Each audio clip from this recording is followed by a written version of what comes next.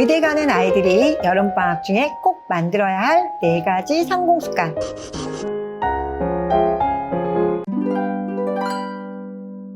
안녕하세요. 의대코치 정사부입니다. 해마다 돌아오는 여름방학은 기간도 짧고 휴가라도 다녀와서 아이들을 다시 공부에 적응시키려면 어느새 개학이 눈앞에 다가옵니다. 정말 여름방학은 제대로 활용하지 않으면 아이들의 귀중한 시간을 낭비하기 딱 좋은 시기인데요. 자, 그러면 의대 입시 성공을 원하는 우리 아이들과 예비의대맘은 어떻게 여름방학을 보내야 할까요? 자, 궁금하시죠? 자, 그래서 의대코치 정사부가 준비했습니다. 자, 의대 가는 아이들이 여름방학에 꼭 만들어야 할 4가지 성공습관. 자, 그 첫 번째 성공습관은요, 바로 여름방학 미라클 모닝 실천하기입니다. 자, 미라클 모닝이란 2016년에 미국의 작가인 할 엘로드가 쓴 자기계발서에서 출발했던 개념인데요. 이른 아침에 일어나서 하루 일을 시작하기 전에 독서나 명상, 운동 등의 루틴을 가지고 하루를 시작하는 것을 의미합니다. 이것을 우리 아이들에게 적용해서 아침에 규칙적인 시간에 일어나게 하고 공부를 시작하기 전에 우리 아이에게 맞는 미라클 모닝 루틴을 만들어주세요. 자, 예를 들면 오전 7시 30분에 기상을 하고 간단한 스트레칭을 하게 합니다. 자, 그리고 나서 아이를 차분하게 책상에 앉게 하고 부모님께서 동기부여가 될 만한 좋은 글귀나 명언을 읽어주세요. 저의 경우는 짧은 동기부여가 될 만한 영상을 활용하기도 합니다. 자, 그리고 나서 미리 준비해둔 노트에 날짜와 요일을 쓰고 방금 읽어주신 좋은 글귀나 명언을 써보게 하세요. 자, 그 다음은 아이들이 이번 여름방학에 이루고 싶은 목표를 큰 소리로 선포하게 합니다. 자, 물론 이렇게 하려면 미라클 모닝을 시작하기 전에 아이들과 미리 목표를 설정해 놓으셔야겠죠? 자, 혹시 목표 설정 방법에 대해서 알고 싶은 분들은 의대코치 정사부에서 조만간에 업로드할 목표 설정에 관한 영상을 보시면 됩니다. 자, 마지막으로 아이들이 이루고 싶은 것을 시각화 시켜 놓은 비전 보드가 있다면 그 비전 보드를 찬찬히 보게 하세요. 자, 비전 보드가 없다면 여름방학의 목표를 글로 써놓은 것을 눈으로 몇 번이고 읽게 하세요. 자, 그리고 눈을 잠시 감게 한 후에 원했던 비전이나 목표를 성취했을 때 자신이 느낄 행복한 상황을 구체적으로 상상하게 하세요.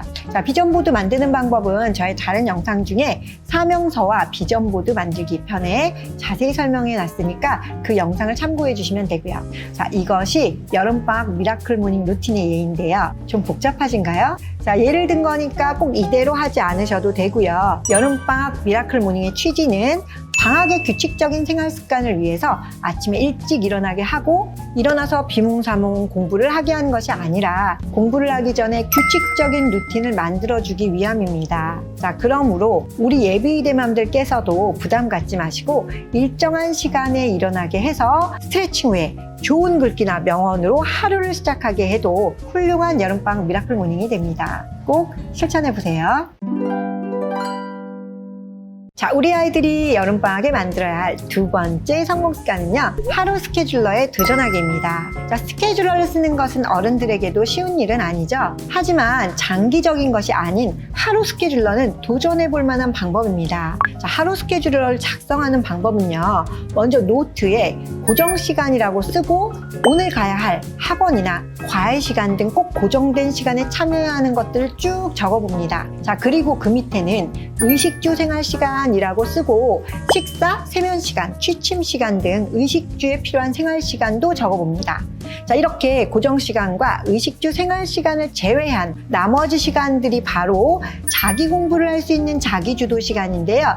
이 시간에 오늘 공부해야 할 과목들을 배정하면 됩니다. 자, 여름방학에 써보는 하루 스케줄러는요, 일어나서 미라클 모닝 루틴 후에 본격적으로 공부를 시작하기 전에 세워야 합니다. 자, 그러나 스케줄러를 세울 때 꼭 명심해야 할 점은 계획만 거창하게 세울 것이 아니라 평가를 해야 한다는 것입니다.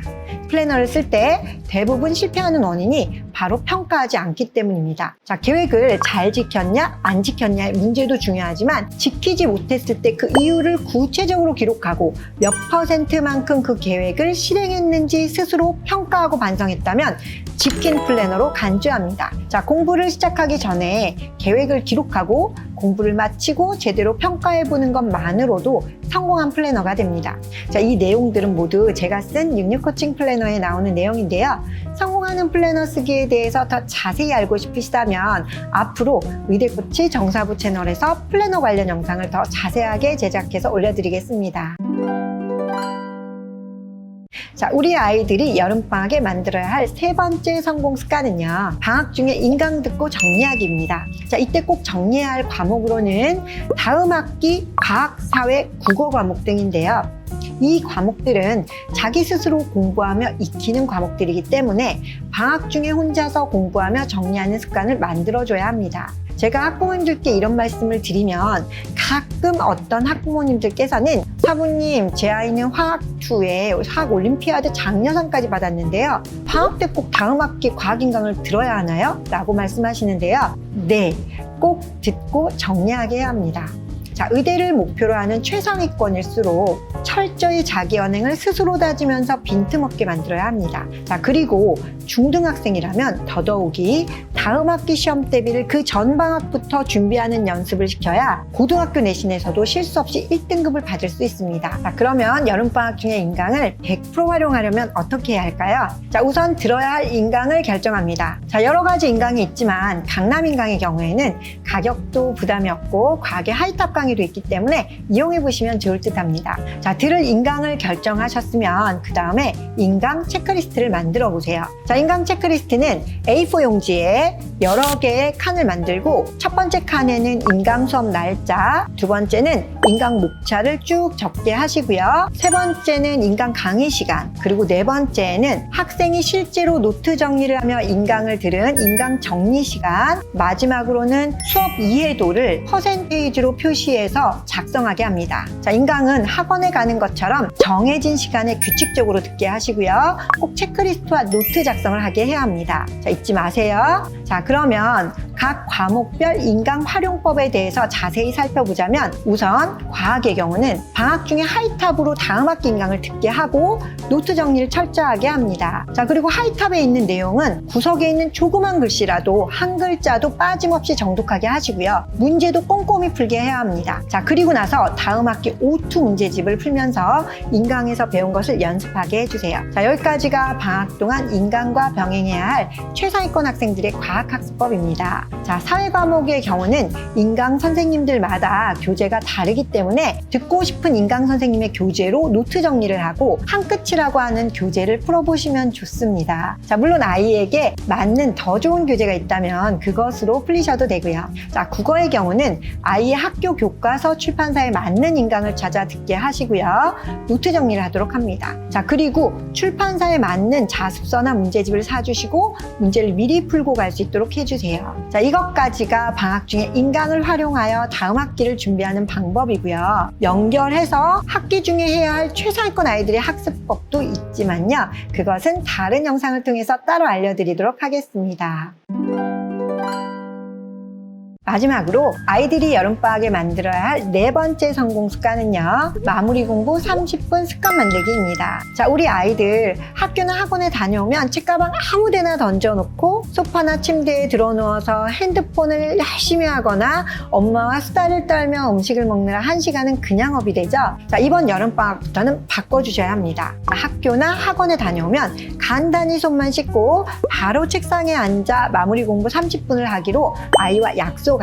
자, 그리고 나서 아이가 하고 싶은 것을 하게 합니다. 자, 이때 마무리 공부를 할 때에는 새로운 공부를 하는 것이 아니라 그날 배웠던 부분이나 공부했던 부분에 대한 복습을 하게 해야 합니다. 자, 그리고 아이가 마무리 공부 30분에 적응이 되면 점차 시간을 늘려가도 되는데요. 복습할 것이 많은 날은 30분 이상이 걸리기도 하잖아요. 대신 복습할 것이 적다고 10분 만에 휙 하고 책상에서 내려오게 하지 마시고요. 최소 30분은 복습하게 해야 합니다. 처음에는 무엇을 복습해야 할지 모르던 아이들도 점차 자신만의 복습 방법을 찾게 되고요. 나중에는 30분 이상을 복습하게 됩니다. 자, 혹시 복습하는 방법을 더 배우고 싶은 예비 의대맘들이 있다면 조금만 기다려주세요. 의대코치 정사부 채널의 학습법 편에서 자세히 알려드리도록 하겠습니다. 자, 마무리 공부 30분 습관 만들기의 핵심은 집에 들어와서 어영부영 버리는 시간을 알차게 활용하게 하고요. 특히 주구장창 수업만 듣게 할 것이 아니라 배운 것이나 공부한 것을 꼭 그날 복습하는 습관을 형성시켜야 한다는 것입니다. 자, 이렇듯 마무리 공부 30분 습관은 우리 아이들의 의대 입시 성공에 꼭 필요한 습관이니까 우리 예비 의대맘들 이번 여름방학에는 무조건 시도해 보셔야겠죠? 자, 어떠셨나요? 의대를 꿈꾸는 우리 아이들이 여름방학에 꼭 만들어야 할 4가지 성공 습관. 자, 여름방학 미라클 모닝 실천하기, 하루 스케줄러 도전하기, 인강 듣고 정리하기, 마무리 공부 30분 습관 만들기까지 잊지 마시고요. 이런 습관들은 방학뿐만이 아니라 평소에도 하면 좋은데요. 학기 중에 생활 습관을 바꾸기는 쉽지 않기 때문에 이번 여름방학을 이용해서 도전해 보시면 좋겠습니다. 자, 오늘도 유익하셨나요? 자, 유익하셨다면 구독과 좋아요 눌러주시고요. 자, 그럼 의대를 꿈꾸는 예비 의대맘들이 진짜 의대맘이 되는 그날까지 의대코치 정사부가 함께하며 도와드리겠습니다. 감사합니다. 다음 영상에서 봬요.